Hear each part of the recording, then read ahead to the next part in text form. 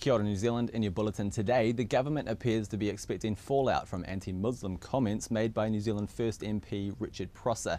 Mr Prosser has today apologised for comments he wrote in a magazine article. Prime Minister John Key says he hasn't received any advice yet on what damage Mr Prosser's comments have caused to the country's reputation.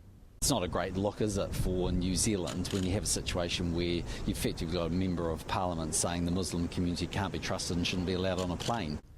In a sorry Mr Prosser's considering giving up his column at Investigate magazine. Richard Prosser says he's sorry and he knows the majority of Muslims are good and law-abiding citizens. I'm not happy about some of the language that I used and the style that I have been writing in for the last 10 years. I think, I have to admit is probably no longer appropriate. So I'm going to be taking some steps to address that. The standoff between a bitter ex-police officer and authorities in California is over. Christopher Dorner barricaded himself in a cabin near the ski resort of Big Bear and he exchanged fire with deputies, killing one and wounding another.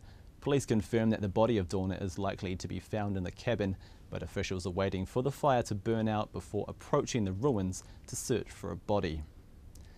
And the Pope's Ash Wednesday Mass will be his last in public. Instead of being held in a small Rome church, as tradition dictates, the service will be held in St. Peter's Basilica.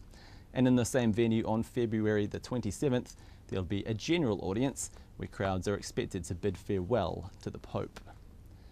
And the government's putting a positive spin on a Salvation Army report that gives it a D grade for its performance, criticising child poverty in education. Finance Minister Bill English insists the government is focused on improving people's lives and is working with the Salvation Army in a number of areas. And that's just their version of political criticism. But the actual measures do show improvement and in some cases mild deterioration.